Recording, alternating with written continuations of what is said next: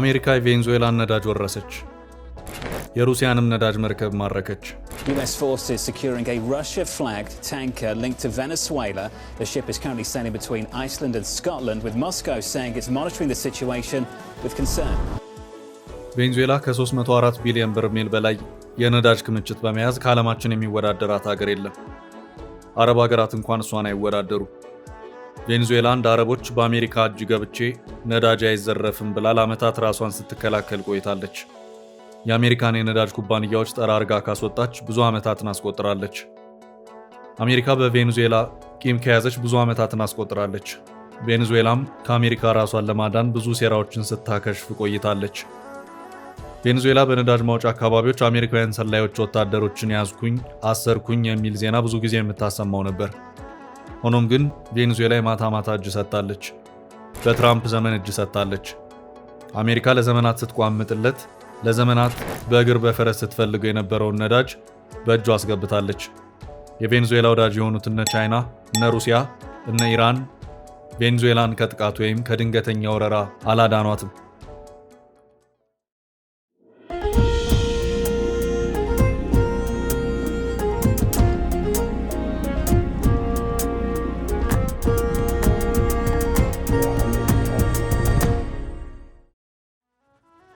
አሜሪካ ይባስ ብላ የሩሲያን የነዳጅ መርከብ በቁጥጥር ስር ማዋል ችላለች።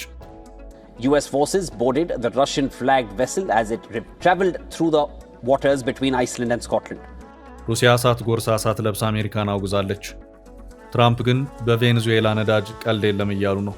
ትራምፕ ለሩሲያ ማራሩ። በነገራችን ላይ በቁጥጥር ስር የዋሉትን የቬንዙዌላ ነዳጅ ትራምፕ ራሳቸው ይቆጣጠሩታል። በእጽ ዝውውር የተሳበበው የቬንዙዌላ መሪ እገታ እያደር ሲገለጥ ነገሩ ነዳጅና ነዳጅ ሆኖ ተገኝቷል። ቬንዙዌላ በምዕራባውያን ሀገራት ትጠላለች። ለምን ሲባል ነዳጇን ለምዕራባውያን አሳልፋ አልሰጠችው። ለዛም ነው አሜሪካና ምዕራባውያን ሀገራት ሌት ተቀን እንቅልፍ ነስተው የሚረብሿት። ለዛም ነው የቬንዙዌላና የአሜሪካ መሪዎች እሳትና ጭድ የነበሩት። ለዘመናት በብረት አጥር ሲጠበቅ የነበረው የቬንዙዌላ ነዳጅ አሁን በትራምፕ ተደፍሯል። ትራምፕ ድንገት የቬንዙዌላን አየር ክልል በመጣስ በቦምብ ማጋየት ጀመሩ። መሪያቸውን አፍነው ወሰዱ። ነዳጁንም የግላቸው አደረጉ። የቬንዙዌላ መሪ አሁን እኔ ነኝ በማለት በአደባባይ ተናገሩ። ቬንዙዌላ እንደ አብዛኛው የላቲን ሀገራት አሳዛኝ ሀገር ናት። በምዕራባውያን ጥርስ የሚነከስባት ሀገር ናት።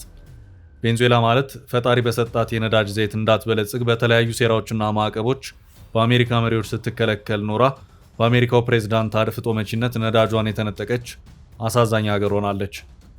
በሰላም ወጥቶ የሚገባው የቬንዙዌላ ሕዝብ ድንገት በአሜሪካ ጦር ወረራ ተፈጽሞበታል።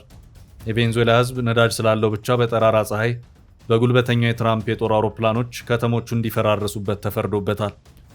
ከሳምንታት በፊት የአሜሪካ ወረራ እንደማይቀርላቸው ያወቁት ቬንዙዌላውያን ሲቪሎች ይህ የተፈራው ነገር ከተከሰተ ሀገራቸውን አሳልፈው ላለመስጠት እስከ ሕይወት መስዋዕትነት እንደሚፋለሙ ተናግረው መንግስት እንዲያስታጥቃቸው በጠየቁት መሰረት ሴት፣ ወንድ፣ ወጣት፣ አዛውንት ሳይል ከመንግስት የጦር መሳሪያ ሲሰጣቸው የሚያሳይ ምስል ተለቆ ነበር።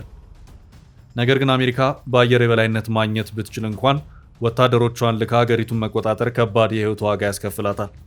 በመጨረሻም የተሳካ ድብቅ ኦፕሬሽን አካሄዳ ግቧን መምታት ትችላለች። የአሜሪካና የቬንዙዌላ ጸብ ዛሬ ጀመረ አይደለም። በነዳጅ ዘይት ሀብቷ ተወዳዳሪ የሌላት ይህች ሀገር በአሜሪካ ጥርስ የገባችው ከዓመታት በፊት ቬንዙዌላን ይመሩ በነበሩት በሂውጎ ቻቬዝ ዘመን ነው። ቻቬዝ የአሜሪካ መሪዎችን በመሳደብ በመዝለፍ ይታወቃሉ። እነ ጆርጅ ቡሽን በተባበሩት መንግስታት ድርጅት መድረክ ላይ ሳይቀር ይህ ሰይጣን እያሉ ይናገሩ ነበር። ሰይጣን እዚህ መድረክ ላይ ነበር በማለት ጆርጅ ቡሽን ሲዘልፉ ይሰሙ ነበር። ቻቬዝ በአሜሪካ የጠሉ እንጂ በህዝባቸው ዘንድ እጅግ ይወደዱ የነበሩት የቀድሞ የቬንዙዌላ መሪ ሂውጎ ቻቬዝ በወቅቱ በተለያዩ በአሜሪካና የአውሮፓ ባንኮች ውስጥ የሚገኙ ዋጋቸው በብዙ ቢሊዮን ዶላር የሚገመቱ የቬንዙዌላ ተቀማጭ ወርቅ ሀብት አውጥተው በአገሪቱ ብሔራዊ ባንክ እንዲቀመጡ በማዘዝ ደፋር ውሳኔ የወሰኑ ሰው ነበሩ። እንዲሁም ለዘመናት ሀብቷን ሲበዘብዙ የነበሩትን የአሜሪካውያንን የነዳጅ ኩባንያዎች ከሀገራቸው አባረዋል። ይህ የቻቬዝ ውሳኔም አሜሪካን በቬንዙዌላ ላይ ጥርስ እንድትነክስ ያደረገ ውሳኔ ነበር። በዚህ መልኩ ሀገራቸው ከዘመናዊ ቅኝ ግዛት ያላቀቁት ሁጎ ቻቬዝ ካለፉ በኋላም የእሳቸውን አመራር የተከተሉት የአሁኑ ፕሬዝዳንት ኒኮላስ ማዱሮም የሀገሬን ጥቅም አሳልፌ አልሰጥም በማለታቸው ለዓመታት ሲዛትባቸው ቆይቶ ዛሬ ጦር ተመዞባቸዋል።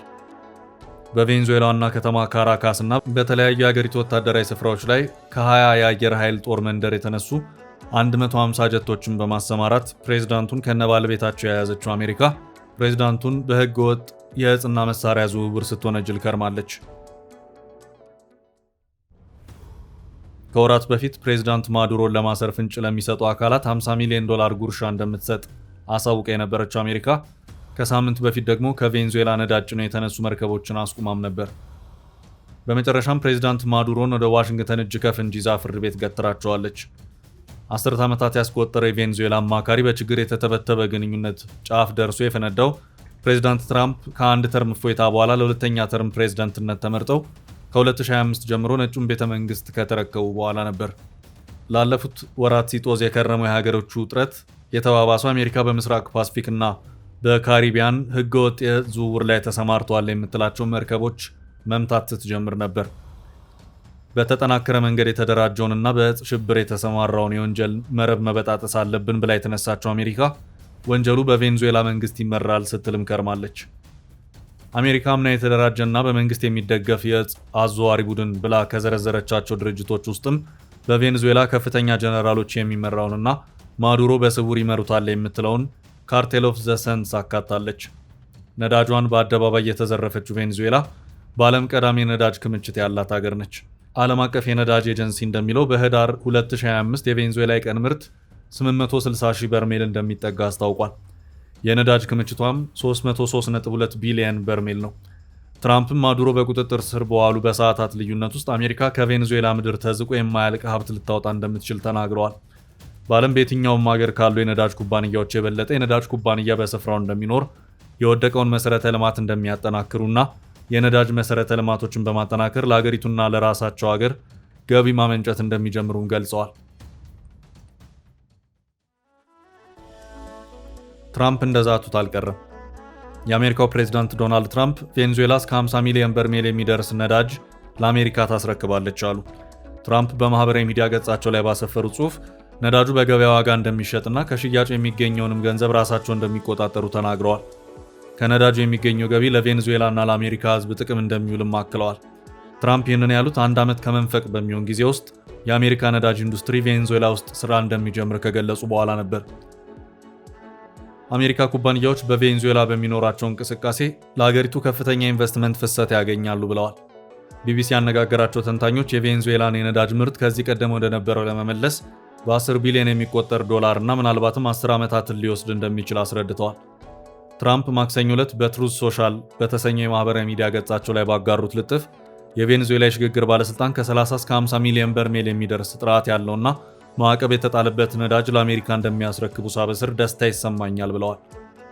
ይህ ነዳጅ በገበያ ዋጋ ይሸጣል። እኔም እንደ አሜሪካ ፕሬዝደንትነቴ ገንዘቡም ለቬንዙዌላ እና ለአሜሪካ ሕዝቦች ጥቅም መዋሉን ለማረጋገጥ እቆጣጠረዋለሁ ሲሉ ጽፈዋል። ጉደኛው ትራምፕ ከኤንቢሲ ቴሌቪዥን ጋር በነበራቸው ቆይታ በአሁኑ ጊዜ ቬንዙዌላን እየመራት ያለው ማን ነው ተብሎ ለቀረበላቸው ጥያቄ እኔ የሚል መልስ ሰጥተዋል። ትራምፕ የአሜሪካም የቬንዙዌላን መሪ ሆነው አርፈውታል። የሩሲያን የነዳጅ መርከብ በቁጥጥር ስር የዋለችው አሜሪካ እና የሩሲያ መልስ በአውሮፓ የአሜሪካ እዝ ከቬንዙዌላ ነዳጅ ጋር ያለውን ግንኙነትና በአሜሪካ ሲታደን የነበረው ነዳጅ ጫኝ መርከብ በቁጥጥር ስር መዋሉን አስታውቋል። እዙ የአሜሪካ ፍትህ ሚኒስቴርና የሀገር ውስጥ ደህንነት መስሪያ ቤትን ዋቢ አድርጎ ኤምቪ ቤላ ዋን የአሜሪካን ማዕቀብ በመጣሱ በቁጥጥር ስር ውሏል ብለዋል። መርከቡ በአሜሪካ ፌዴራል ፍርድ ቤት በወጣበት ማዘዣ መሰረት በሰሜን አትላንቲክ በቁጥጥር ስር ውሏል ይላል እዙ በኤክስ ገጹ ያጋራው መግለጫ። ዩኤስሲጂሲ ሞንሮ የተባለው የአሜሪካ የጦር መርከብ ነዳጅ ጫኝ ታንከሩን ተከታትሎ እንደያዘውም አክሏል። በአውሮፓውያኑ 2024 ህጋዊ ያልሆነ ነዳጅ በማመላለስ ማዕቀብ የተጣለበት መርከብ ባንዲራውንና ባለቤቱን ወደ ሩሲያ ቀይሮ ሲንቀሳቀስ ነበር። ሩሲያ ነዳጅ ጫኝ መርከቡን ለማጀብ ሰርጓጅ መርከብ ጨምሮ የባህር ኃይሏን ብታሰማራም አሜሪካ መርከቡን በቁጥጥር ስር አውያለሁ ብላለች። የሩሲያ ትራንስፖርት ሚኒስትር የትኛውም ሀገር በአንድ ሀገር የተመዘገበ መርከብን በኃይል የመያዝ መብት የለውም የሚል መግለጫ አውጥቷል። በቀድሞ ስሙ ቤላ ዋን ተብሎ የሚታወቀው የነዳጅ መርከብ በአሜሪካ ቁጥጥር ስር መዋሉን ተከትሎ ነው ሩሲያ መግለጫ ያወጣችው። አሜሪካ ከቬንዙዌላ ነዳጅ ጋር ግንኙነት ያለው መርከብ ማዕቀብ ጥሷል በማለት አድና በቁጥጥር ስር መዋላን አስታውቃለች።